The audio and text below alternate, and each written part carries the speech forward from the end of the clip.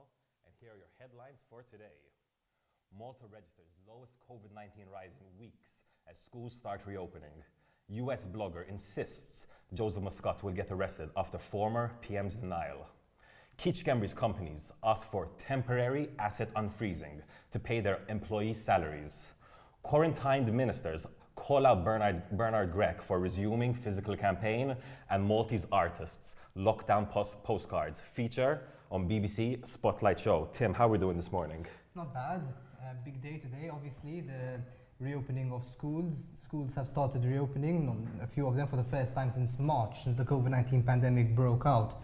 And we're going to be having an interview with Frank Fabri, the permanent secretary, to discuss this at the end of the show. But before that... That's exactly right, Tim. I'm really looking forward to this interview. I mean, very, very relevant. Schools are reopening. But before that, let's talk about COVID-19 and the situation as it is. So Malta has recorded its lowest rise in COVID-19 numbers since 4th September. Yesterday, we had 21 new cases, 54 recoveries. And unfortunately, over the night, we did have one death of a 91-year-old woman. This is the 32nd death in Malta. So yes, over these last 2 weeks, there has been quite an increase in deaths. However, the numbers of active cases have actually gone down. We're at 590 right now. However, this is a bit of a milestone in the COVID-19 saga as schools are reopening physically for the first time since March. In fact, Tim, you went on a tour of schools recently last week, right? Yes. So I've been to 2 government schools, and I've checked out how they are preparing for this new normal, as they're calling it, and they seem quite well prepared. You know, they have a temperature check going in and out of the schools. There's footprints all over the floor, encouraging students to stick to the left when moving around. There's signs everywhere telling students to wear their masks. So hand sanitizers everywhere. So they seem quite well prepared. Obviously, you know, sometimes you can only find out in practice how well it works, and there's always going to be the risk that a child or a teacher does test positive for COVID-19, in which case the entire classroom will have to go into quarantine. So, like, we're going to have to see how this is going to play out. But on a general level, I think we should all be glad that they are reopening, because sometimes education cannot just be. Not all education can be carried out online. That's exactly right. I mean, just this morning, Lovin Malta actually went outside some schools. We did a bit of a vox pop with some parents to speak to them about how they're feeling sending their kids back to schools. Overwhelmingly, it seems like parents are very excited to have schools reopen. I can tell you myself, my nephew and his parents were super excited to have him go back to school, even though he was a bit scared. I mean, I can't even imagine what it must be like being a young kid growing up during this pandemic, hearing about viruses and hand washing. In fact, some schools have actually rolled out mascots. San Anton, for example, rolled out a dinosaur mascot, telling people, you know, to wash their hands and just reminding them of all the rules. So that might be one way of approaching this. Yes, I mean, it's a strange new time, and let's not forget the children as well, who are the center of this and have to face all of this complete uncertainty starting as of today.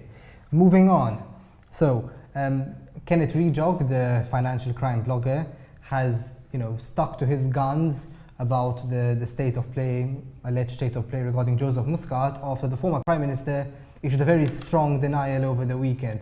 So basically, Kenneth Rejog is claiming that Joseph Muscat is under investigation by several countries, including by Italy's financial crime unit, over alleged money laundering and corruption. Now, Joseph Muscat really denied this very strongly over the weekend. He said he actually took aim at Rejog's credibility and his past as a former money launderer. Said this guy has history is that he used to work for the mob, and now he's coming after me. He has no credibility, and Kenneth Rejog then seemed pretty. We spoke to him about this, and he seemed pretty confident that his information is correct. He said, like, I have contacts in law enforcement. Obviously, I'm not going to say who and where they are. But if Joseph Muscat doesn't believe me, now he will believe me when he gets arrested. Some bombshell allegations. Yeah, this blog, if you've been following it, is full of some very exceptional claims. Time will tell if they're true or not. However, if this man, Kenneth Rejog, is to be believed, Malta's former Prime Minister might be arrested one day. So I mean, we have to wait and see how it plays out. Obviously, we're still at early stages, and we haven't been able to verify this information. That's exactly right. And remember, this Kenneth Rejock, he's based in Miami, so we're not even sure what information he does have. But what is certain is that he said he does believe that he's saying the truth. I don't think he's getting his information from Occupy Justice or someone like that. I think it is someone is giving him information, someone who he does trust enough to put his name on these reports. That's exactly right. Moving on to the next story, and it involves someone from the previous administration as well. Former Chief of Staff Keith Schembri, his lawyers have filed another application in the courts demanding the temporarily unfreezing of their assets to pay off employees. So obviously last week, quite a massive Monday and Tuesday was had. Around over 100 companies, individuals, even babies, there was even some babies named, had their assets frozen in what was quite a large move by the courts and the police. There were some arrests as well. Keith Schembri, as well as Nexia BT managing directors Carl Cheney and Brian Tunnell were arrested as well. However, now Keith Schembri's lawyers are arguing that their assets should be unfrozen to pay employees. So obviously, these companies have employees. At least 79 private individuals are involved in this. Over 6 companies. So I can't even imagine being one of the employees of a Keith Schembri company. All of a sudden, hearing that the assets of the company you work for have been frozen and you might not be getting paid. Yes, obviously this is already, this is in the context of COVID-19 and the great uncertainty surrounding the job market as it stands. So you can only imagine, being in one of those employees and suddenly realizing that your job and your livelihood is on the line. Now obviously, the things that Brian Tunnell and Keith Schembri have been accused of are extremely serious, and they've been in the public domain for a while. However, let's also not forget that there are people whose livelihoods do depend on them, and it's unfair for these people to have to pay for whatever the employers may have done. Yeah, let's keep in mind that we haven't been able to confirm this, but we've heard that some of these companies even had all employees fired. So I can't even imagine what must be going through their mind as well. Yeah, it's no longer just a political football. There are livelihoods at risk over here. Very much so. So, moving on. Bernard Grech, one of the 2 contenders for the PN leadership, found himself in some controversy over the weekend after he announced that he was resuming his physical campaign for the PN leadership, even though his wife had tested positive for COVID-19 a few days earlier. Now, he said that he has been given the go-ahead by the health authorities, that he has taken 2 COVID-19 tests and has tested negative twice, and that the last contact with his wife was actually a while ago because she had self-isolated before she tested positive, after she found out that someone she knows, she used to go to the gym with, had tested positive. Now, 3 ministers who are spending 2 weeks in quarantine called him out for this. They're saying this is a case of double standards, this is a case of him thinking he's above the law. How come he's only spending a few days in quarantine, even though we had to spend 2 weeks, us and everybody else. It's quite an uncomfortable position for Bernard Grech. So I mean, if the health authorities gave him the go-ahead, I imagine that it's fine, to be honest. I don't think they're going to just give him special treatment because of who he is. But it also just goes to show that 2 weeks is a really long time. I mean, for anyone, but especially when you're conducting a leadership campaign, 2 weeks is a really long time to miss out. Yeah, right? No, I mean, let's be clear. Like tomorrow, Adrian D'Elia and Bernard Grech will be facing off in their debut debate. This is the first time we're actually going to be seeing the current PN leader and the next PN, hopefully going face-to-face, head-to-head in a debate. So obviously, ahead of that, you want to drum up support and kind of be on the streets. What's important to note here is that Bernard Grech said that neither he nor his children ever had self-isolation imposed on them. So a little bit of a tidbit there, but yeah, 2 weeks, it does seem like it's a long time for a normal worker, let alone for a politician trying to become the next leader of the opposition. And moving on to the final story of today, quite a sweet story coming out of the UK. A Maltese artist's lockdown art and postcards have made it onto the BBC. So Anna Kalea's beautiful beautiful work, very relatable work that she created during quarantine, during lockdown, is being exhibited at the Newlyn Art Gallery in Cornwall as part of an exhibition. The Maltese artist was actually interviewed on BBC, which was really brilliant to see. And if you look at the art, it's actually quite relatable. You know, there's some stuff of her, you know, just lying in bed waiting for time to pass. Things that we all kind of had to face during this quarantine. What did you make of the art yourself? I loved the art, and you know, people were at the start of the pandemic. People were asking like, what kind of positives can be had out of this? And some people are saying that, you know, during times of crisis, those are when truly great artworks are often created. And I'm not sure, I mean, whether this classifies over there, but it certainly is an impressive feat of work for this Maltese artist, and it's great that she got the shout out that she deserved on the BBC. So that's it for today, but we also have a special interview with the Permanent Secretary at the Education Ministry, Fabri, to discuss the topic on everybody's lips right now, which is the reopening of schools. But before we get to it, let's cut to a clip of Prime Minister Rob Tabela speaking about this issue yesterday. Ġew infaslin protokolls serji u responsabbli kemm id-Dipartiment tas-Saħħa Pubblika flimkien mad-Dipartiment tal-Edukazzjoni bil-kontribuzzjoni wkoll tal-stakeholders kollha illi huma involuti, kruċjali li jiftħu l-iskejjel. Dan il-bilanċ tant importanti, anzi, li rridu naraw aħna li ma nistgħux nitilfu ġenerazzjoni ta' tfal tagħna fl-iżvilupp soċjali u akkademiku tagħhom. L-edukazzjoni ta' tfal tagħna tibqa' kruċjali, għal daqstant din kienet deċiżjoni li fost waħda mill-iktar deċiżjonijiet diffiċli illi kellna biex nieħdu ma ħadniha. U ħadniha b'mod responsabbli għaliex nifhmu li ma nistgħux nitilfu din il-ġenerazzjoni. Realtà hija li ma tista' tagħti ebda garanzija li mhux se jkollok każijiet ta' studenti li taqbadhom il-COVID-19. Jekk hux waqt l-iskola, jekk hux mid-dar u ħadu l-iskola magħhom, din hija realtà. Hemmhekk ukoll hemm pjan, hemm protocolls illi għandhom jiġu fis-seħħ jekk ikollok dik l-eventwalità, imma l-importanti huwa l-edukazzjoni ta' tfal tagħna.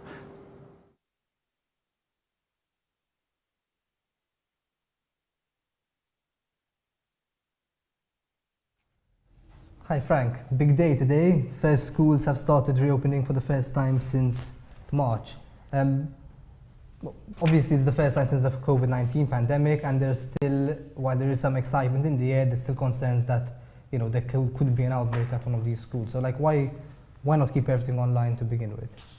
First of all, thank you for the invitation. Before coming for this interview, I just visited one of our primary schools. I've met all the staff. And things seem very much at hand and under control. We are very pleased that all state schools are certified as compliant with the advice and guidance issued by the health authority. So this is a big news for us all. It reassures our minds that all the necessary measures were actually taken in all our primary, middle and secondary schools. And we are very much pleased that today almost 9,000 educators are back in schools, which is a nice thing to see because Malta too reopened its schools actually. Mm-hmm. But why, obviously there's still a risk though that eventually there will be an outbreak at one of these schools. So why go through all this effort to, you know, what's the importance of keeping schools physically open and not moving them online? Some people are saying we should have just stayed online. Mm-hmm. There is a fine and clear distinction between education and simply teaching and learning. We are in favor of education, and we all know that education is very much personal. It is not a virtual experience, unfortunately or fortunately. So the best education, quality education, takes place in schools, in classrooms, in person. So that is why, as ministry, our plan A was and still is that of reopening of schools and conducting education in our schools. We do have our plan B and plan C when it comes to online learning, but it still remains as our plan B and C. So we are very much in favor of plan A, that is the reopening the reopening of schools with all the necessary measures. We didn't just open our schools. We've noticed other countries that they reopened the schools with some measures. We took all the necessary measures possible, and we took the decision very consciously. It was risky, I must say. It was very risky, but very consciously we took the decision that before reopening our schools, independent and certified risk assessors will conduct the exercise themselves in order to get the compliance for every single school before reopening them. So worst case scenario, let's say there's an outbreak in a classroom, what's the procedure? Well, there is a very clear protocol established by the health authorities, which all education institutions, that is schools and post-sec institutions, will be following.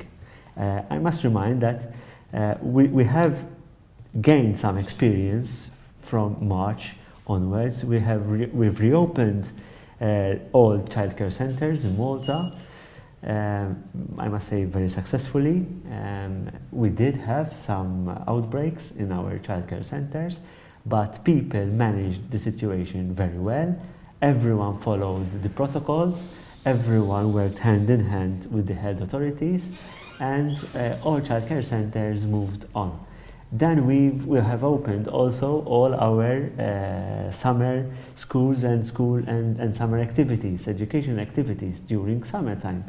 Then again, we did experience a number of outbreaks in schools, but they were managed properly, and we worked very close with the health authorities. Now is the time of reopening of schools. There are very clear protocols, and people know what to do. If there is an outbreak, first of all, let's clear it out. It is not up to the schools to define whether there is outbreak or not. It is up to the health authorities. If our educators, our schools notice some form of symptoms, parents will be called to pick up their children. The health authorities will be alerted with the situation, and then health authorities will go through their very rigid and clear and well-defined protocols. So my appeal is that of keep calm, whatever the situation. Let's keep working hand in hand. Let's manage the situation, and if we do so, we'll have a good experience that we all desire, actually. The protocols include placing the entire classroom with the teachers and all, as well as all the households, into quarantine for 2 weeks. Is this just a risk we have to get used to? Well, we've used to that risk already. In our workplaces, we had the same risk during the summer schools and childcare centers. So we have to readapt ourselves with the new normal, right? So even schools have to adapt to this reality. We are doing our utmost to mitigate as much as possible the risks, and that is why I am very glad and happy this morning after receiving the very good news that all schools are compliant. So we are doing our utmost. Let's be fair with each other. Let us support each other. Let's keep working hand in hand, because this is a common issue that we need to address. And up till today, I am very positive in this sense, because now I have to be very clear when we say I am positive, because it might have different meaning nowadays. But being positive, I have to highlight that all stakeholders are working very well together. Talking about being positive, we spoke to a lot of parents, and they're quite keen, at least a lot of them that we spoke to, on seeing the schools reopen. How important were parents when you were looking over the last few months on how to reopen, and what is the reaction today from what you've heard? I can assure parents as well that the same experience is amongst our teaching staff. This morning, as I said, I visited one school. My colleagues are visiting a number of other schools, And it is evident that teachers, learning support educators, kindergarten assistants, heads of schools are very keen. They are looking very forward to meeting their students, to start the education journey in schools as we usually do. During these past months, I had the opportunity of working very close with the association that represents parents from the state schools, MAPS. We've worked together. We even came up with guidelines for the parents. It will be published in the coming days. So we did work very close together, as we did with all stakeholders involved in the sector. Myself as parent, I am concerned as well, because the situation, the COVID-19 situation is everywhere. But if one takes all the measures as much as possible and do his best, I believe that the situation will be mitigated. So let's do all our part, even as parents, especially if we notice, for example, symptoms among our children. It is very important not to send our children to school if we notice such symptoms, and if schools call us to pick up our children from schools, it is very important that we do so immediately. We need to help our schools in order to schools keep on with their activity. Parents also have the option this year to keep their children at home if they're extremely concerned about the COVID situation. However, the option for these children will be a series of pre-recorded lessons and not lessons streamed from the classroom in real time. Like, why was this decision taken? That is our plan C, as I told you during this interview already. Our plan A is that of reopening our schools. Our plan B is that of investing in the infrastructure of our schools so that lessons could be live streamed from the classroom to our houses.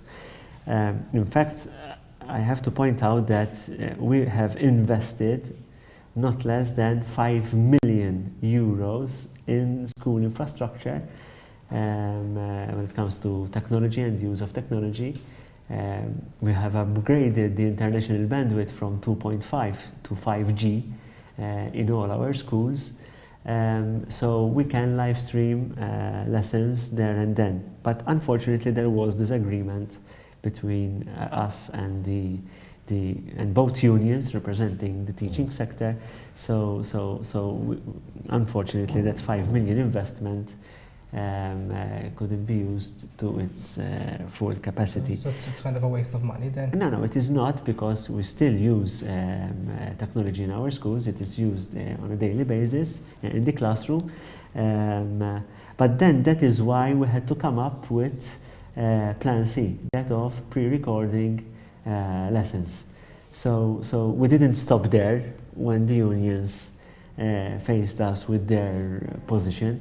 But we went for another alternative. We all know that there is no other alternative, I must say, there is no other alternative to the in-person teaching and learning. Education happens in schools, not online. So giving online lessons, learning, is very, very much inferior, I must say, to what happens in schools, because education is much more than simply learning Maltese, maths, English and other subjects. Education is very much wider than that. I wanted to ask something, because my nephew is starting school today again. He's very excited, but he was a little bit scared as well. Obviously they have to wear a mask, they don't have to wear a mask, they have to wash their hands, so they have all these new rules to keep in mind. What happens if a child breaks the rules? If he's not wearing his mask when he's supposed to, etc., etc.? Is there a protocol for that? That is very much disencouraged. Personally, I am pushing very much the idea of abiding by the rules. Everybody has to abide by the rules. Today I visited, as I said, one of the schools, and I had to wear the mask. I had to test my temperature. I had to use the sanitizer. in different areas around the school while I was going around the school. So it is very important that everybody, and when I say everybody abides by the rules. It is very important. If there will be someone that doesn't abide by the rules, there will be disciplinary actions. We have to protect all the school community. We are taking it very serious. Schools are taking it very serious because they have education at heart, really. And in order to keep our schools open, we need to follow every single measure. We took a lot of measures. We've transformed our schools literally. We had to change the way we operate, logistics, curriculum, timetable, the way we teach. Everything is new in our schools. And that is why we took the decision of staggering students rather than bringing everybody on the same day.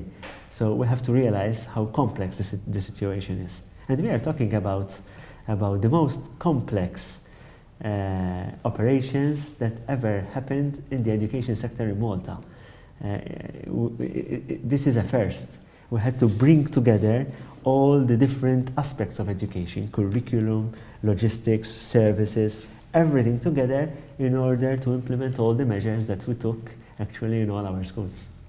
You've often spoken out against this whole idea of a one-size-fits-all model about, with regards to education. Which I am totally against. Exactly. Right? But not this time, because this time I had to go for a one-size-fits-all model, ironically, when it comes to the implementation of measures. The ministry came up with a one-size-fits-all model, a protocol, an SOP, one SOP that every school had to implement to the letter. So for the first time, in fact I was cheeked with it, for the first time I had to favor a one-size-fits-all approach. But usually I am against the one-size-fits-all. Strange times indeed. But but anyway, the one size. So you recently launched these vocational subjects, right, at secondary schools, which things like hairdressing, retail, hospitality. Now these require a lot of hands-on learning, which means you have to be at the school themselves. And in fact, these lessons suffered quite a bit during lockdown, partial lockdown. So my question is, if there's a drive towards online learning, could this risk bringing back this one-size-fits-all model in full force? Well, actually, let's hope that the situation doesn't go that way and schools remain open.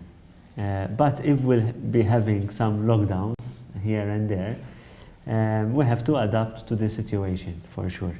In fact, with regards to the recording of lessons, they are recording also lessons in the labs and workshops themselves. So students can see the hands-on session at least in a recorded way. So we are doing our utmost, and here I have to thank all the education officers that are working very hard, because this is not an easy situation for them as well. But yes, as you are implying, Tim, the best education happens in schools. Another argument why we have to bring our students in school so they can literally learn and practice what they learn, because hands-on learning, as the term states, it is hands-on learning. I cannot learn hairdressing by watching a video, simply by watching a video. I have to practice all the skills that are implied behind that subject. So closing up here, so we've reopened today. Today's day one of the schools reopening. Do we have a time frame for when we can expect these rules, masks, class bubbles, etc., to continue? Is there a plan to revisit them 6 months down the line? Well, it depends on the directions that will be given from the public health authorities. That is not our area. We are educational experts and not medical experts for sure. But as from today, all measures are being followed. I can vouch for it. All educators were wearing the masks and they followed all the procedures. They had to go through the checks like everybody else. So most of the measures are there to stay until the pandemic is there, actually. Just one last thing. So last May, the Education Ministry launched a think tank to discuss the long-term future of education in Malta beyond COVID-19. Has there been any progress there? Well, actually, we had to put first things first. Our main objective was that of reopening the schools. There are still discussions going on with the organizers of the think tank. It isn't shelved, the think tank idea. As soon as schools reopen and students are in schools and things will keep going on, then we can shift our attention to other things, including the think tank exercise. That brings us to the end of today's show. Frank, Fabri, thank you so much for joining us. Thank you. To the viewers, do let us know in the comments below whether you are keen to see your kids go back to school today, whether you had any reservations or your thoughts on today's discussion. From myself and Tim, have a day full of lovin'.